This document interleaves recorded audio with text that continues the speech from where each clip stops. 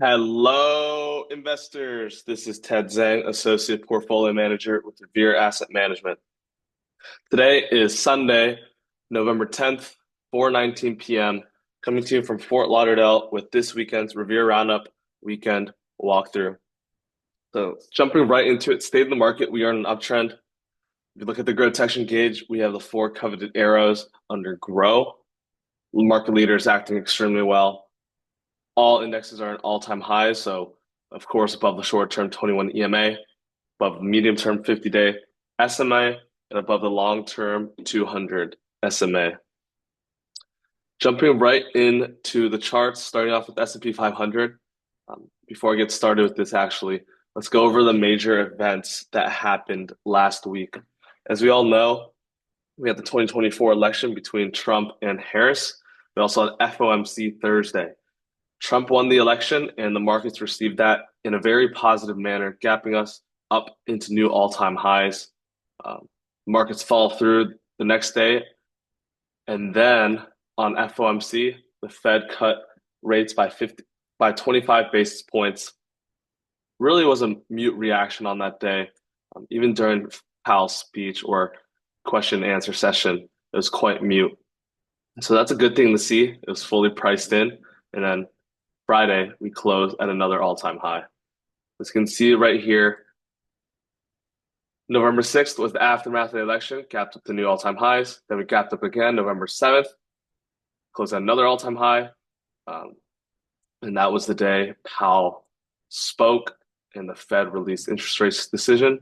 And then following that, November 8th, we closed at an all-time high. We briefly breached a 6,000 big psychological level, but closed below at 59.95. If we zoom in there real quick, you can see that quickly briefed it 6,012 and closed back in. So that 6,000 level will be the next area of resistance. Quickly going over all the other indexes, there's really not much to talk about because they're just all at all-time highs. RSP also an all-time high weekly, just beautiful. Qs gapped out a 4-month, multi-month base. This was lagging, and now it's finally leading on huge volume. Weekly looks amazing as well out of this 4-month plus base, and we are really entering a momentum cycle now. QQEW also gapping out of a multi-month range, and that looks amazing. Dow Jones also in all-time highs. Just amazing action here. Same action, gapped up in all-time highs, pause day, and then closed strong after FOMC. Mid caps, all-time highs as well, closed at all-time highs. And then Russell's the only index not an all-time high, but he broke out this huge, nice VCP weekly base into new 52-week highs. And we're definitely looking for a new all-time high in price and all-time high close. Jumping a little bit to what we don't talk about that often is the IBD 50. That also came out a beautiful cup with handle. And so this is the index that we've been watching for our smaller growth and mid-cap stocks as a proxy. And this is really getting going on huge volume as well. RS line breaks the downtrend line. And we definitely see that reflected in the smaller and mid-cap growthier names. IBD 85 index also gaps up to the all-time high. Let's go to the mutual fund index. This also moves into new 52-week highs out of this nice space. New York Stock Exchange Composite, all-time high as well. And then the NASDAQ Composite, all-time high after this multi-month base as well. So as you can see, indexes are extremely healthy right now. Stocks are acting well. We'll go back to my index list and continue the inter-asset correlation. But really not much to talk about when everything's at an all-time high. Short term, we are extended, so pullback or digestion is completely normal. We should be positioned as we are. You should be positioned as well. This is not a time to chase extended names, as there are many extended names. The VIX, there's a great sign seen after the election. The VIX completely drops back below 20 and actually below 15. As I've been talking about, We want to see that get below the 200-day, which it now is, and we want to find it settle in this 10 to 15 range where previous easy uptrends have ensued. The dollar index continues higher as Trump is stronger for the dollar. On the flip side, with some uncertainty being relieved out of the markets, gold gapped down off the election news, but so far living below the 8 and 21. Gold miners even weaker, below 8, 21, and 50. Silver also weaker, failed breakout above this level and back below the 50-day moving average as well. Now let's talk about Bitcoin, as I have pounded this many times over on podcasts, daily videos, and weekend videos. It itself had a huge move. That day it was up 9% on election, and Bitcoin really served as a proxy that I was pretty confident Trump was going to win after the Georgia and Florida numbers came in, and especially when Bitcoin started breaking out into all-time highs. As always, the markets are the ultimate discounting mechanism and the greatest predictors of what is to come in the future. Right now, we're trading at 79,400. And to go over it one more time, let's go over the multi-time frame analysis of Bitcoin and why it looks so great. Give me 1 second. Let me bring up the charts again. Super charts. All right. Starting with the 3-month chart, quarterly. As I was talking about, beautiful cup with handle for the last 4 years.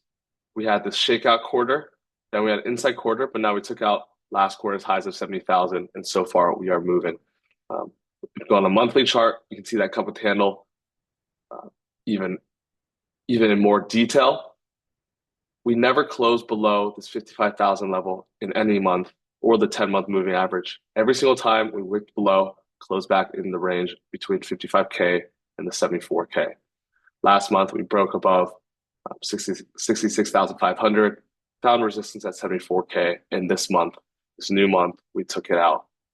And we are so far soaring into new all-time highs. And go on to the weekly, you can see that even better. Big move up earlier this year, 8-month base, took out the 74,000 level. We have huge volume coming in this week. 129,000 Bitcoin traded on this week in Coinbase exchange. And this looks extremely positive. On the daily, as you can see, we made this big move up to 74,000. Saw some volatility heading to the election. But once we started seeing some data come in and the markets were confident that Trump was going to win, Trump and Vance, who are pro-Bitcoin, pro-deregulation candidates, this soared into all-time highs, put in a few days tight, and today we are doing extremely well, currently up 3.64%. By one point, we're above 80K. Ethereum also played some catch-up, back above all key moving averages. Solana briefly broke into new 52-week highs as well, above 210, but so far at 205. This could use some chop, but in crypto land, when there's momentum, oftentimes what looks extended can get even more extended. And then quickly go over bonds a little bit. Again, off the election, we had a huge move in 10-year yields and 30-year yields. That can mean a couple things, that the market thinks Trump is inflationary, or they believe that Trump's economy is going to grow at a massive pace. And one could argue that his tariffs, whether some experts believe it causes inflation, others believe it won't. We're going to listen to the markets here. And if there was truly inflation being priced in the markets, gold went the opposite direction, silver as well, copper as well after the election. Same with crude, staying suppressed, and gasoline. So if there's going to be a resurgence in inflation, I would expect those assets to at least catch a bid. So what we are operating under right now is the thesis that higher yields right now, lower or weaker bonds indicate that we're going to enter a strong period of growth. And that does make sense with lower corporate tax rates and deregulation across the board. That's going to be great for innovation through the startup ecosystem, through venture capital, early stage, early growth, and all the way into its IPO mature phase. I do expect that if they do get rid of LeanCon, M&A will see an uptick. VCs will be able to return capital back to their investors. Companies will be more willing to IPO, especially if they take out some regulations, some excess fees that are currently in place, then we'll really see a boom in the economy and the stock market. We'll be able to trade many, many new America stocks, as William O'Neill put it. It's a very exciting time for America. Um, with all this innovation going on, AI, nuclear, power generation, data centers, crypto, EVs, autonomy, robotics.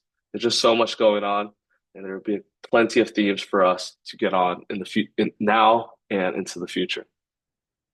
So now what I want to talk about quickly is some breadth, and now I'll talk about earnings, economic calendar, and share a few themes and stocks that I'm watching. In terms of breadth, let's Pradeep Market Monitor. Starting on election day, we had a breadth thrust of 336 stocks, up 4% plus that day. Then after election day, it's arguably the biggest day I've ever seen. 1,523 stocks up 4% plus. All the key metrics are green across the board, which means there's momentum and breakout trading is warranted and it's definitely favored. And that's exactly what we've seen in one of the strongest earnings seasons we've seen too, with so many stocks moving 20, 30, 40% plus. And these aren't just small caps, the mid and large caps are making these types of moves. Whether this is short-term exhaustion, we'll have to see. Definitely that's in the back of our mind as well. Net highs across the board. You see 5-day, 1 month, 3 months, 6 month, 52-week year to date. Net highs across the board. And when we zoom in a bit on the New York Stock Exchange, we had the highest net high reading in this entire bull market, confirmed by all-time highs in price of S&P and the New York Stock Exchange. And the Nasdaq Composite, we also made all-time highs in price, and net highs were also the highest reading since the start of this bull market. If we do go on a weekly chart, we can see that as well. And this is definitely a really good sign to see those net highs come to the market. The cumulative new highs, new lows continue to trend up above the 50-day moving average. That's what we'd like to see as well. One thing to note that does give us some optimism that perhaps this is just the beginning versus near the end is that the NYSE just hooked up, still in oversold territory, hooking back up. And the NASI just hooked up as well. MACD just crossed. NASI is just back above the 10-day moving average, which is still declining. And the RSI just hooked back above oversold. That's definitely a good thing. And then continue on. We go into CNN fear and greed. We're just in the beginning parts of greed. We're not even in extreme greed yet. AAII bulls came in at 41.5%, which is just a tad above historical averages. And bears are just a tad above historical averages as well. So there's still fear with bears above historical averages. Or no, bears are just a little bit below historical averages, which is not something to worry about too much yet. NAM also is in that 80 range. Really above 100 is our secondary sell signal for the NAM, and we're nowhere close to that as well. So those are some sentiment and breadth gauges that are telling us perhaps there is more upside. We're going to follow price and the market leaders first, but this just tells us that we're in a great market right now. We're going to continue riding the wave in the trends. In terms of the next FOMC December meeting, 18th meeting, we currently have a 64.9% probability of a 25 basis point rate cut priced in by the Fed swaps and a 35% chance for a hold. So that's some breadth and Fed data. And then finally, I'll talk quickly about the Bitcoin COT data. I can get this to load. Let me refresh the page real quick. Bitcoin COT data I mentioned last week or 2 weeks ago that large speculators continue to short. And even after this week, Bitcoin breaking into new all-time highs, large speculators are still short. It tells me that positioning is still not crowded, not even neutral yet. And that really sets up a mixture of sets up a great mixture of variables for explosive breakout for Bitcoin. So done with breadth, we'll quickly talk about earnings. Some big ones, Shopify before the open. We have Home Depot for retail, SEONON. After the close, we have Bitcoin names like Mara, we have Kava, which we own, Spotify, Rocket Lab, Wolf, Instacart, which we also own.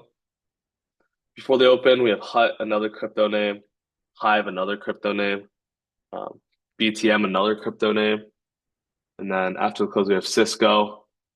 Before they open Thursday, we have TLN, which is another utilities energy name. And then after the close, ASPS, OKLO, which is a nuclear name. And then Friday, we have BABA. In economic calendar, we have CPI and PPI this week. Those are the big ones. Wednesday, we have CPI. Thursday, PPI. So we'll see if there's an uptick in inflation. I'll also remember Veterans Day is tomorrow, and definitely happy Veterans Day. Veterans are the reasons we have the freedoms in this country. So bond market's closed, stock market is still open though. And yeah, they've done everything for our country, so we definitely have to honor them.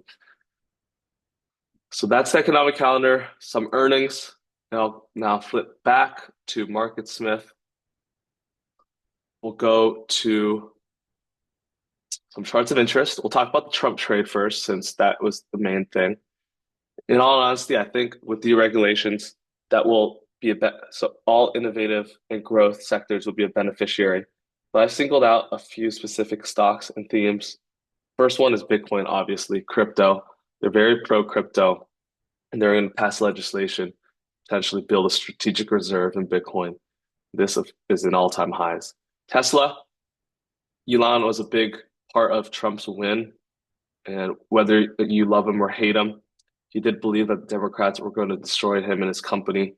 And clearly the market did see that as a potential worry, because after election, it gapped up 14.75%, and the options market did not even have close to that implied volatility. So those who had options before had enormous gains that day. And 2 days of follow through quickly hit the 20% profit taking zone.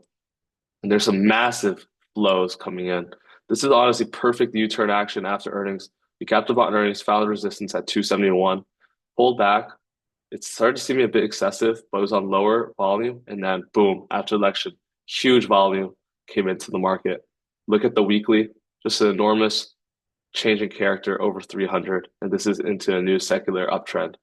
RS line broke out as well. RS line's back to 95. This looks really good.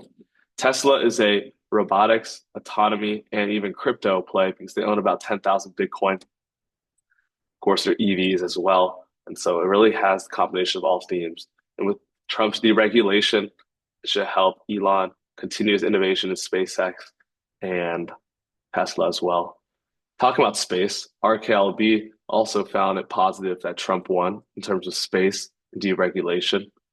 STLD Steel, Trump's tariffs will be hard on China steel, and this gapped up huge as well into new 52-week highs. So far finding resistance right now, but actually this made a new all-time high actually, and so far finding resistance now, and this could use a handle before we get moving further to the upside. Energy and oil, Trump talks about drill, baby, drill. He wants to restart the various pipelines in the US. He wants to extract that, what he calls liquid gold, out of the ground and really start acting as a force of nature and selling energy to other nations, just like Saudi Arabia or Russia. And Exxon, huge monthly base. Think about it. Crude oil has dropped significantly, and Exxon continues to base and then actually trading at its highs. Weekly has this pullback, nice handle being built, and daily has this really nice BCP going. Very tight right side here, and over here could be a buy. Definitely a slower name, not less correlated to the markets, but just pointing it out there. Regionals, banks, and regional banks, definitely with deregulation, is definitely a beneficiary. This gapped up the new 52-week highs as well, out of this nice base that kind of looks like the IBD 50 in small caps, which they are part of that small cap area of the market on huge volumes since its base as well. And then finally, this Geo group is private prisons. We know that Trump is going to run a huge deportation campaign, and when people get caught and deported, they'll be put into these facilities first. And this is the Geo Group, which owns a bunch of private prisons. As you can see, this saw huge volume as well after election. It is up 57%, really in a matter of 3 days. So that's a Trump trade. The next one, talk about it briefly, which relates to the Trump trade, is crypto. How you can play that is IBIT, as we've talked about many times on the show. We own that. MSTR, we also own that from 150-ish, sub 150-ish. Coin is another one that's starting to pop on the radar. It's definitely short-term extended, but over 283 is a really key level that we're watching. That's why I'm watching here. But as you can see, the right side is extremely compressed. I would love to see sideways to make this a symmetrical base, but this could just run. Wolf is another one we have some options for the options clients. This broke out a nice cup with handle. It came out on the gap after the election as well. Earnings in 2 days. This combines crypto and AI and data centers. So it has the best of both worlds right now. Same with Cores, also has the best of both worlds. Previous crypto miner transitioning into the data center space too. But off the election, nice reaction as well.